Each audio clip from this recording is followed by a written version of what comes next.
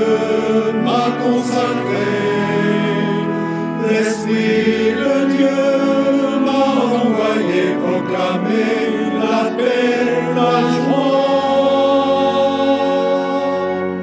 L'Esprit de Dieu m'a choisi pour étendre le règne du Christ parmi les nations, pour proclamer la bonne nouvelle à ses pauvres.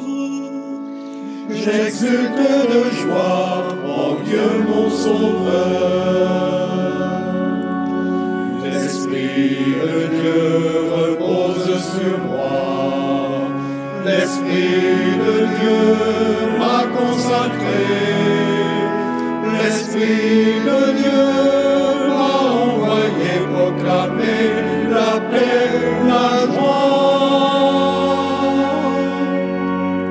L'Esprit de Dieu m'a choisi pour étendre le règne du Christ parmi les nations, pour consoler les cœurs accablés de souffrance.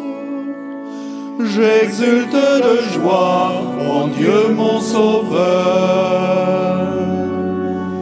L'Esprit de Dieu repose sur moi. L'Esprit de Dieu m'a consacré. L'Esprit de Dieu m'a envoyé proclamer la paix, la joie. L'Esprit de Dieu m'a choisi pour étendre le règne du Christ parmi les nations, pour célébrer sa gloire parmi tous les peuples.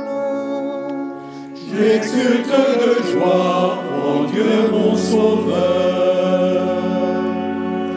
L'Esprit de Dieu repose sur moi. L'Esprit de Dieu m'a consacré. L'Esprit de Dieu m'a envoyé proclamer la paix, la joie.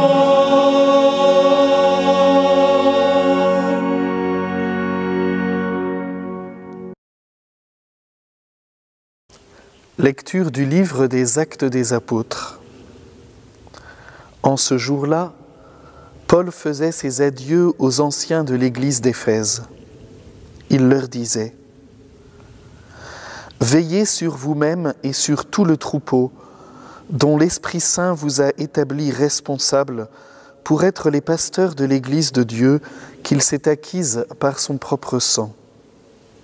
Moi, je sais qu'après mon départ, des loups redoutables s'introduiront chez vous et n'épargneront pas le troupeau. Même du milieu de vous surgiront des hommes qui tiendront des discours pervers pour entraîner les disciples à leur suite.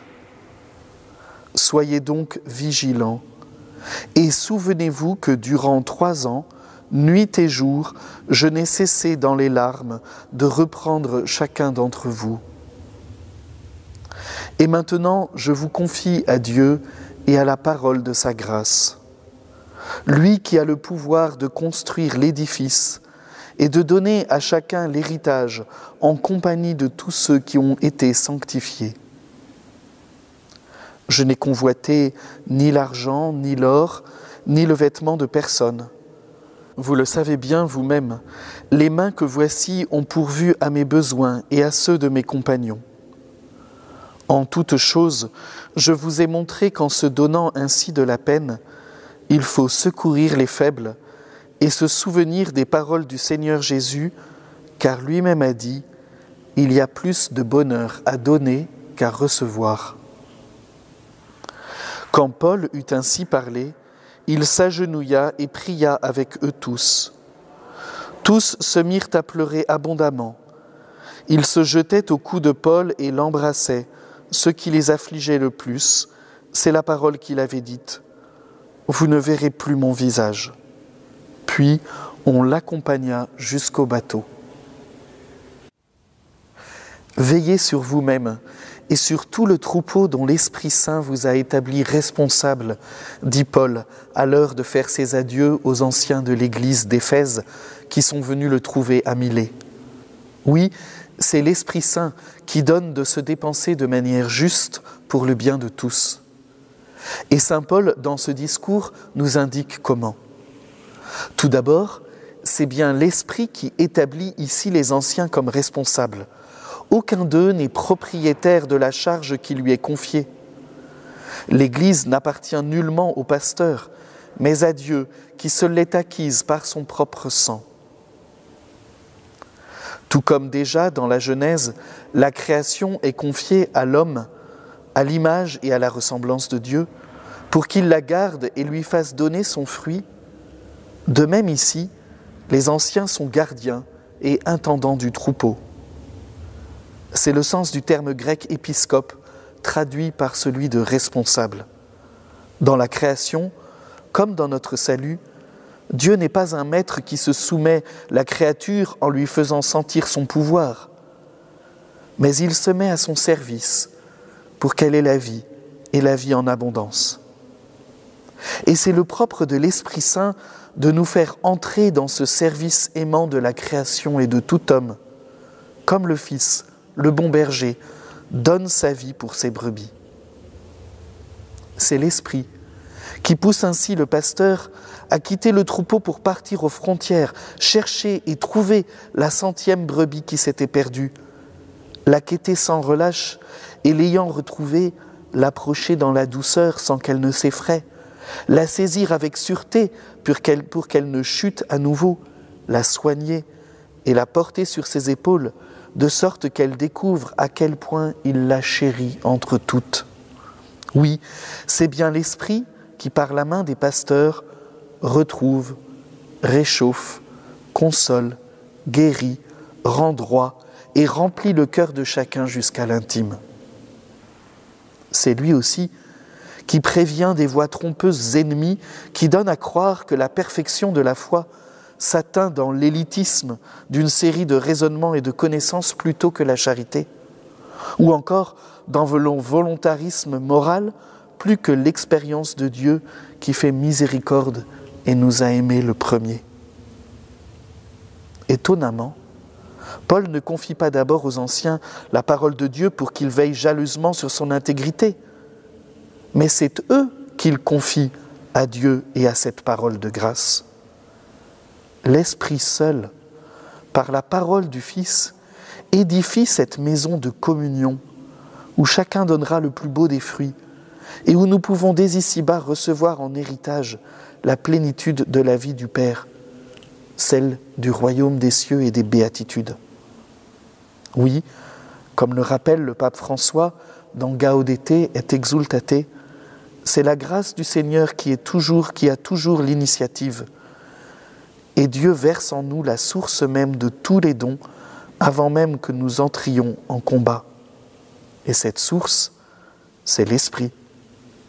Alors, les pasteurs et chacun de nous dans les responsabilités qui nous sont confiées seront comme Paul, modelés dans l'Esprit à l'image même du Christ qui s'est livré pour nous. C'est lui, l'Esprit, qui nous donnera d'assumer les charges qui nous sont confiées pour le bien de tous, en étant libres de toute convoitise, en demeurant serviteurs de tous, pleins de tendresse et de miséricorde, sans craindre de nous donner sans compter et de nous engager dans ce qui est pénible pour venir en secours aux plus faibles, prendre leur parti, celui de la solidarité et de la justice, en sachant nous charger de leur peine. Donner gratuitement, puisque tout nous a été donné gratuitement. La miséricorde et la grâce de Dieu le Père en Jésus le Fils. Tel est l'Esprit Saint qui nous fait nous dépenser pour le bien de tous, là où il y a plus de joie à donner qu'à recevoir.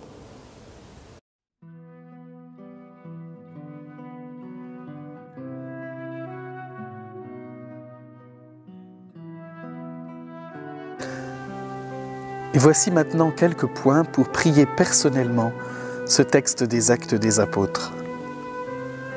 Tout d'abord, j'entre dans la prière en faisant un signe de la croix, et puis un temps silence, en me replaçant devant le Seigneur, qui est plus intime à moi-même que moi-même, même, me donne la vie et l'être, intelligence et volonté, mémoire et liberté, et sa grâce en abondance. Je prends la mesure de ce don infini qu'il me fait. Puis je demande l'aide du Seigneur pour ce temps de prière, que par tout mon être, je sois à sa louange et à son service. J'imagine le lieu, je vois les anciens de l'église d'Éphèse qui sont venus entourer Paul dans le port de Milet au moment de faire ses adieux et de prendre le bateau. Enfin, je demande une grâce. Donne-moi, Seigneur, ton Esprit Saint pour savoir, comme Paul et à l'image de ton Fils, me dépenser pour le bien de tous. Je vous propose de vous arrêter sur trois points. Le premier, je considère comment Dieu s'est acquis son Église par le prix de son sang.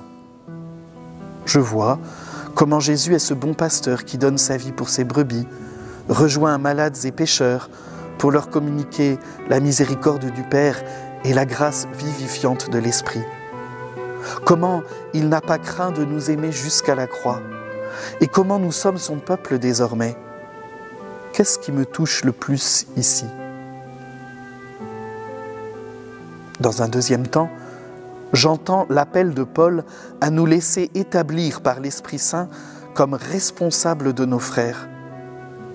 Une responsabilité qui, depuis la Genèse, est un appel à prendre soin et à garder autrui de tout mal en se faisant serviteur comme le Christ. Je considère les ennemis qui viennent attaquer notre confiance en Dieu et j'entends l'appel à être comme Paul, celui qui nuit et jour, par la parole, les actes, la prière, se donne humble et pauvre sans compter, gratuitement.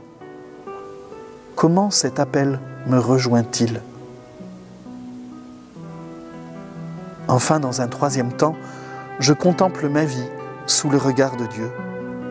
Où est-ce que je vois aujourd'hui l'Esprit à l'œuvre qui édifie l'Église et l'humanité dans l'alliance avec le Seigneur pour nous donner en héritage l'amour de Dieu, sa vie qui se communique, nous fait solidaires des plus faibles. En finissant, je reviens sur ce qui m'a le plus touché pendant ce temps d'oraison, et comme un ami parle avec un ami, je parle au Seigneur, je l'écoute, je lui fais une demande, et je termine ma prière par la séquence de l'appel au Saint-Esprit.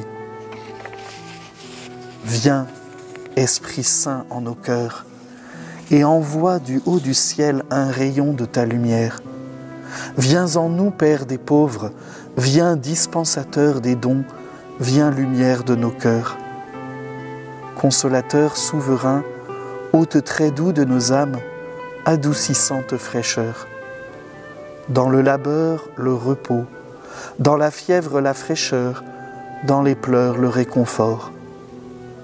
Ô lumière bienheureuse, viens remplir jusqu'à l'intime. Sans ta puissance divine, il n'est rien en aucun homme, rien qui ne soit altéré. Lave ce qui est souillé, baigne ce qui est aride, guéris ce qui est blessé, assouplis ce qui est raide, réchauffe ce qui est froid, rends droit ce qui est faussé. À tous ceux qui ont la foi et qui en toi se confient, donne tes 7 dons sacrés. Donne mérite et vertu, donne le salut final, donne la joie éternelle. Amen.